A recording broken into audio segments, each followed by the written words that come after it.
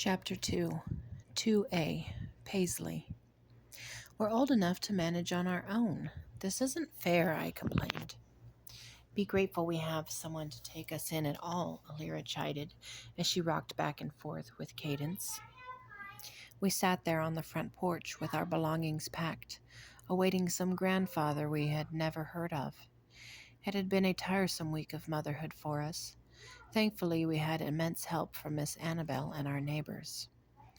With father and mother both gone, Alir and I were ordered to stay with our grandfather, which came as a surprise to us, seeing as we had never heard of him. We speculated at great length over grandfather and his mysterious circumstances. But each story just became wilder. From pirates and princes to gargoyles and gods, the tales grew taller as the day drew on. "Oi!" a familiar voice rang out as Fenton trounced up the road with his typical gait. He carried with him a basket, no doubt sent over from his mother. "How are you ladies and the wee one holding up on this fine day? I hope you're ready to eat, 'cause Mama sent you these delectable morsels." He pulled out some strawberries and milk. I missed Fenton already, and we were only moving to an inner ring. I jumped and smothered him in a bear hug, trying to hold time at bay. Tears fell silently toward the ground as I stood clutching my best friend for what felt like the last time. "What's all this? It's only a bit of fruit, you know. Or has parenthood starved you that bad?" Fenton played on the gestures with feigned ignorance. Never a serious moment with that one. I wonder what it would truly take to break open that emotional barrier. Once my tears were safely swept away, I leapt at the basket of goodies like a gargoyle on its prey, playfully acting the part of a famished wild creature.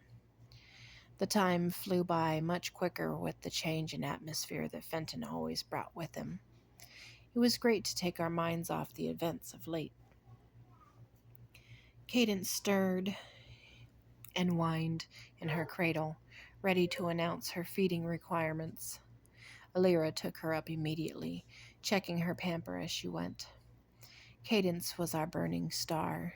She brought Alira and I closer than we ever were. It is true that children can change a person, because I had never seen Alira so independent and responsible before, even with the tolls it must take on her feeble body. With Alira and the baby gone, Fenton and I sat alone staring out at the road and discussing trivial nonsense. Would this move take away the closest friend I'd ever had? Birds twittered cheerily as the sun reflected off the pebbles, though it felt just as dark and gloomy as the night Mother left us. What right did the gods have to bless such a dark time with sunlight? "You know," Fenton said, shattering the storm in my mind, "'tisn't really farewell. I'll be seeing you every week. Plus, you know Mama is going to have me running her errands. I'll bet you won't even miss me. Oi, I almost forgot. I've got you something." He reached into his trouser pocket and pulled out a little plush toy. "It's a griffin for Cadence. May it bring her light in these dark times." I laughed so hard that my face scrunched up and my throat squeaked as I tried to talk. "You call that a griffin? It's more like a selkie." I laughed some more, gasping for breath. "Are these wings or flippers?" I asked, pointing at the little brown blob in my hand. "Aren't you a good craftsman? What happened this time?" Fenton, who had been laughing with me this whole time, responded, "Give me some wood or stone and I can craft you amazing objects, but working a needle doesn't seem to agree with me." "It's better than I could muster," I admitted, staring down at the would-be griffin in my hand.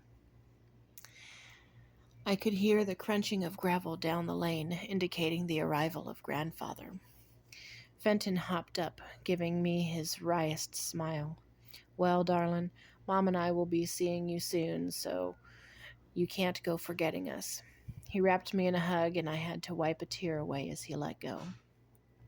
"I'll see you soon," I promised. I clutched the griffin selkie, contemplating if I would even give it to the baby or cherish it forever. Fenton left with a carefree smile and brief wave behind, leaving me with nothing but my thoughts again on the mysterious old man approaching. It wasn't a wagon that came jostling down the road, but instead a carriage. I didn't quite know what I would expect of grandfather, but it wasn't the man that emerged from the carriage. He was tall, with a regal air about him. Long, silvery hair hung about his shoulders, and he had the most beautiful facial features I had ever seen on a man. He wasn't handsome, he was stunning. His eyes turned toward me a soulless gray, and I knew instantly that his beauty would not be reflected within. "Girl," grandfather said, "where are the rest of you?"